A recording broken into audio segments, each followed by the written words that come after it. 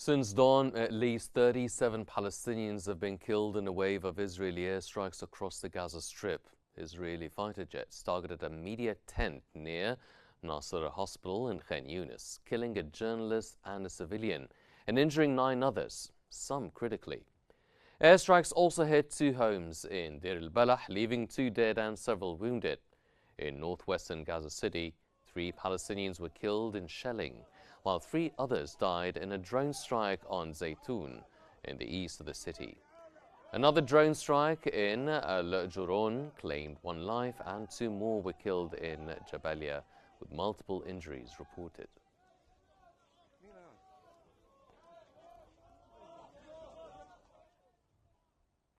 The number of media personnel killed in Israeli attacks on Gaza since October 2023 has climbed to 210, according to the Palestinian Journalists Syndicate.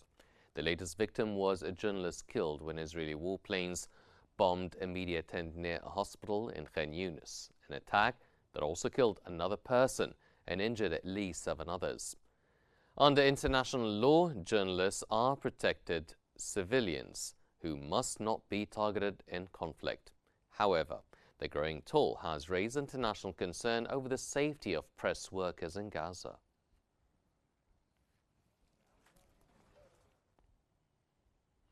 Hamas says it has launched a barrage of rockets at southern Israeli cities in response to what it called Israeli massacres of civilians in Gaza. Israel's military reported that around 10 projectiles were fired, with most intercepted by air defenses. Israeli media outlet Channel 12 reported a direct rocket hit in the city of Ashkelon. Emergency services confirmed that the attack left several people wounded and teams were dispatched to the sites where rockets landed.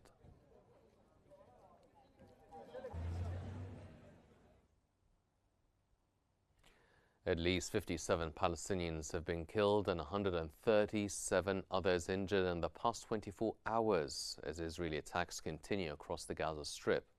Health authorities reported that since October 2023, the death toll has climbed to 50,752, with over 115,000 injured. The majority of the victims are women and children. Emergency services say many casualties remain trapped under rubble or lying in the streets as ongoing strikes continue to hamper rescue efforts.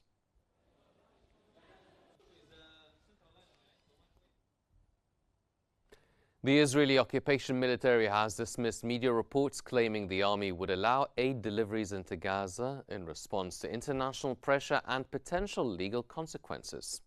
Israeli media had reported that a pilot project was being developed to distribute aid to Gaza's population. However, Israel's finance minister, Bezalel Smotrich, rejected the reports, stating not a single grain of wheat will enter the territory. The Israeli military also denied the claims, saying on X that it is acting according to the directives of the political leadership.